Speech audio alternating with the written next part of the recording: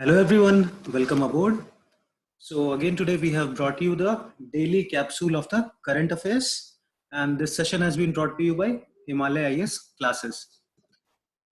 If you want to register for IAS 2021 batch or KAS exam for English or Kannada medium, you can visit us on www.himalaya-iasclasses.com, or you can reach out to us on this given number. So let's get started. Why current affairs is important? In prelims, you have straightforward questions from the current affairs. When it comes to mains, sometimes there are direct questions, especially in GS paper 2 and GS paper 3. And indirectly, the current affairs data, example, and case studies are used in answering a lot of questions to fetch good marks. Then when it comes to essay, a lot of opinion and diversified amount of information which you need for write a good essay comes through your newspapers. Also in the interview, mostly the contemporary issues which are asked, they are based your understanding of the contemporary world or this current affairs. So with this, let's get started for today's current affairs. Today's date is 23rd May. And today the first item is RBI, Reserve Bank of India, has decided to cut the repo rate. Okay. So there were multiple articles in the Hindu newspaper. I have just summarized the information details for it. Let's see before that where it comes in the syllabus. So current events of national and international importance for prelims, economic and social development. This is again for prelims. In the mains, general studies paper 3, where direct questions from these areas come. So the major highlights of this RBI policy is it has allowed to convert the working capital loans to the term loan, which will ease the investors' liabilities. Okay. Then bank group exposure limit has been increased to 30% so that they can loan out more money. The next important thing is 15,000 crore liquidity facility for export and import bank has been extended up to the 90 days to boost the import and export. And then repo rate, which is the monetary policy tool of the Reserve Bank of India, has been reduced to 4%. Okay. So from the prelims point of view, we must know the RBI's role. It's the central regulatory agency which regulates the operation of all the banks, and it regulates the supply of money through monetary policy. So that is your part of economics. You have monetary policy tools like repo rate, reverse repo rate, SLR and CRR. And by using these tools, it tries to control the inflation. Okay. And the decision about this monetary policy tools, so what we just told you, the repo rate, reverse repo rate, CRR and SLR. So that is taken by Monetary Policy Committee, which is a committee of 6 members. And as of now, they have decided to keep repo rate to bring it down to the 4%. Okay. Next topic from today is India-Nepal relations. So again, multiple articles coming constantly. Where when it comes to the syllabus, from subject perspective, it is part of international relation. Prelims relates to the current events of national and international importance. Mains, general studies paper 2. Okay, India and its neighborhood. It is a direct topic of concern. So why these issues are coming? There is a boundary issue going on between India and Nepal. So first, what happened? India inaugurated a road from Dharchula to Lipu Lake Pass. Okay, to ease the Kailash Mansarovar Yatra. So after that, Nepal protested, and then they released a map in which Lipu Lake and Kalapani, which is part of India, is being claimed by Nepal as their territory. Okay, and they are giving the evidence, or they are quoting Sagauli Treaty arrangement for this. Okay, and when it comes to the boundary issue, Nepal and India have a technical level joint boundary working group, okay, which has completed the 98% of the boundary settlements. It's just the 2% which includes these 2-3 areas, okay, and it's a boundary dispute. It's not a very big thing. We can take the example of Bangladesh, where 2 countries, India and Bangladesh, they settled their boundary dispute. The 100th constitutional amendment, which is related to India-Bangladesh land settlement, okay. So apart from this treaty, what is the takeaway for the prelims? First thing is you must see the map. So these are the areas. Okay, Nepal touches 5 states of India: Uttarakhand, Uttar Pradesh, Bihar, Sikkim, and West Bengal. Okay, and there this is the area of Dharchula, which is in the new map they are showing. And this is the link road which India has developed from Dhaarchula to Lipu Lake Pass. Lipu Lake Pass is located at the tri-junction of India, Nepal and China. So they are claiming this area and this area. Okay. So why most of these boundary disputes are there? See, in this boundary line, first, this is based on the Sagoli Treaty, which happened after the first Anglo-Nepal War in 1815 or 16.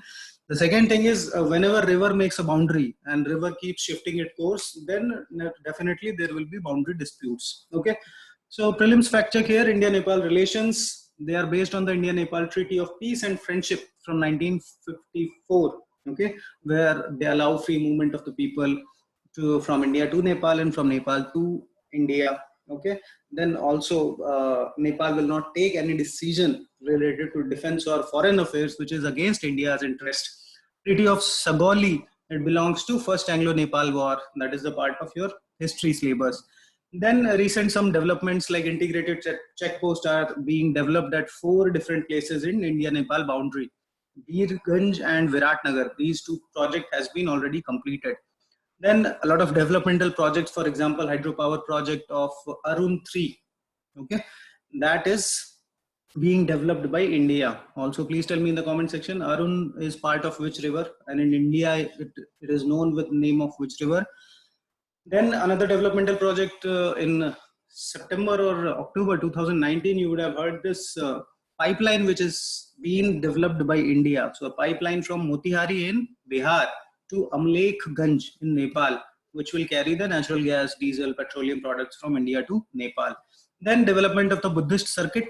Okay, it's a road infrastructure development program in which Lumbini, which is the birthplace of Gautam Buddha and is located in Nepal, that also comes. Okay, please tell me in the comment section, which inscription tells us that Lumbini is the birthplace of Gautam Buddha.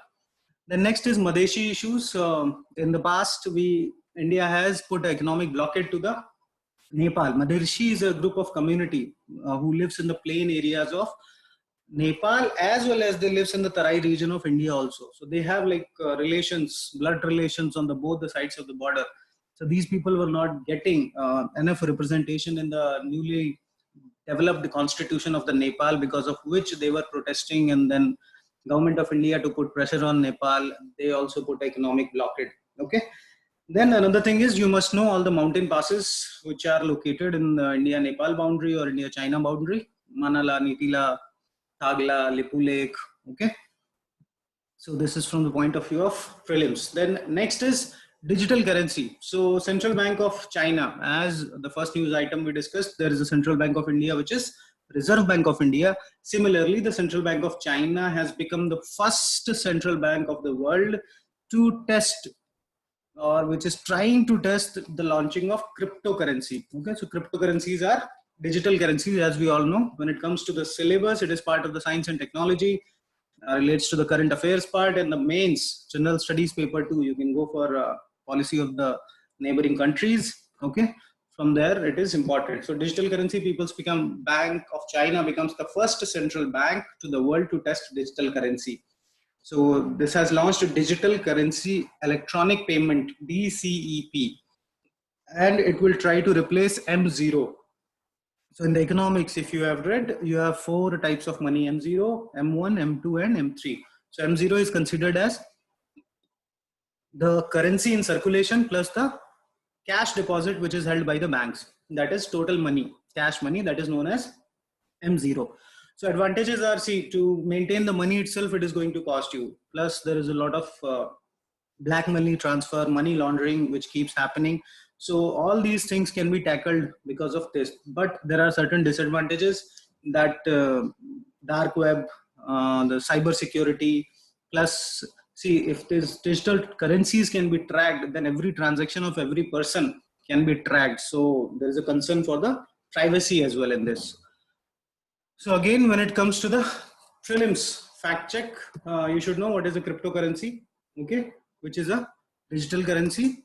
Then Bitcoin was the first cryptocurrency which was based on the technology of the blockchain. That can also come in the exam. Also, Facebook has launched a digital currency which is known as Lira. Okay.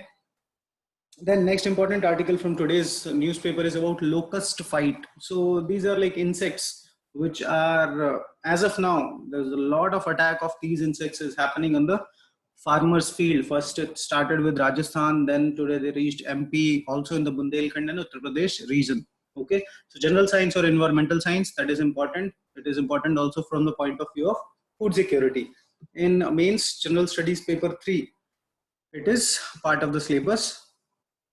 So they threatens to destroy the crops. Actually, see, if they come in the number of lakhs, okay, and once they sit in a farm, so they will eat up all the food grains.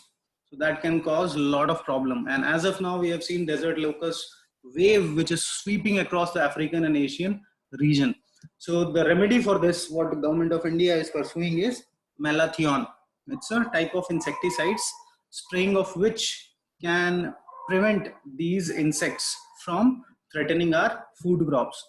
So from prelims point of view, you should know what is food security, which relates to availability and accessibility of the food to every Indian citizen. That's what gets threatened if you have attack of any such insect. Next is malathion. It's a pesticide. Okay. So which can also, overuse of pesticide, we all know from environmental science that it can cause the problem of bioaccumulation or biomagnification. These are also very important concepts from the environmental science. Next article for today talks about China and Beijing. So it says that new security law will tighten the Beijing's grip on the Hong Kong, and also China seeking India's support for this new legislation. So let's take a look at the syllabus. International relation prelims, it's part of current affairs. Mains, it is very important from the GS paper 2, because international relation comes in the GS 2. So what is the issue with the China and Beijing? Actually, sorry, not China and Beijing, it should have been China and Hong Kong. Okay, so apologies for this mistake. So Hong Kong was a former British colony. In 1997, it got released.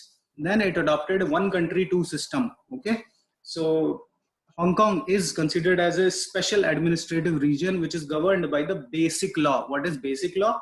It provides that Hong Kong will have independent executive, legislative and judicial powers. Okay, but defense and foreign affairs, they will be common for both the countries, basically designed by the China. The challenge here is this basic law has Article 23. So 23 deals with the national security. As per basic law, this national security comes under the purview of Hong Kong administration. But the new act, national security law, which China is creating or trying to pass, this is an effort to bypass this Article 23 so that China can make rules for national security of Hong Kong. That's why the protest going on, and they are asking support from various countries. So map work, one country, two system is related to Hong Kong and China, that you must know. And this is the location of the Hong Kong, which you must know. So here it is located. Try to see, look at it in your atlas. It is above the equator or is it below the equator? Okay. What are the neighboring countries? And see some important cities. Sometimes they ask you the arrangement east to west or north to south. Next important item from today's newspaper is Donald Trump has again gave a notice saying that we will exit Open Skies Treaty. Okay. So again, this is a part of the syllabus, international relations. Also, if world history of GS paper 1, that's where you can relate the same thing. Also mains general studies paper 2, when it comes to the international relation, that's where it fits into the syllabus. What is open sky policy? So open sky policy is nothing but for monitoring purpose, that you are not doing anything which threatens the security, peace and stability of the world. So countries allow, all the member countries of this treaty, they allow each other to monitor or have high flying aircrafts where they can monitor what is going on below in that country. So this helps in the monitoring and surveillance. It was signed in 1992, came in effect in 2002. Now Mr. Trump is saying that we will come out of it. Okay. For prelims, there are another treaties from which Mr. Donald Trump has already came out. One is Intermediate Range Nuclear Force Treaty. So Intercontinental Ballistic Missile, ICBM, like what we have Agni. So this INF treaty was supposed to stop the development of this ICBM missiles, so which was broken by United States in the past. Then there is renewal time which is coming of New START treaty. So New START treaty is capping the development of nuclear arsenals so that you cannot have more than what you have already. Okay, so it caps the number of nuclear weapons. So that's renewal time which is coming up, and basically the article argues that if the trend which is visible of exiting out of the treaties by US, then they might be doing it for this, because this treaty stops their trade which they want to do in the arms with the other countries. Okay, so also check other arm control treaties which are there in the world. Let it be like MTCR, Australia Group, Wassenaar Group, okay, or Nuclear Suppliers Group. Then last but not the least, proxy war in Libya. So in Libya, there's a proxy war going on. Again, instability since 2011. So syllabus, world geography, you can check the location of the Libya. Again, international relations, because again, it is coming in the general studies paper 2. Also from the point of view of current affairs. So let us see what the article says. So Turkey is supporting the UN-backed government. So in Libya, what happened? Muhammad Gaddafi, who was a dictator of Libya, he was attacked by the United States in 2011, and after the fall of this strong leader, rival factions came up and stability was gone. So the government which was put to the power, backed by United Nations, some people rebelled, and those rebelled, they got the support of Russia and UAE. So they were fighting a war against the UN-backed government to take the control of the country. So now Turkey has started supporting this UN-backed government, and they have made huge advantages. The capital of the Libya is Tripoli. For prelims, this thing is important. So you must know whether which water bodies are around Libya. So it has access to the Mediterranean Sea. You can see this is the capital of Libya, which is Tripoli, located on the bank of Mediterranean Sea. The neighboring countries of Libya is Tunisia, Algeria, Niger, Chad, Egypt, and Sudan. So that was it for today's session, guys. So this is a list of do's and don'ts which you can follow in order to maximize your chances for selection in the UPSC examinations. Stay tuned. We'll be coming up with the more refined current affairs. And thank you for watching. Tomorrow we'll be back with the new session. Thank you.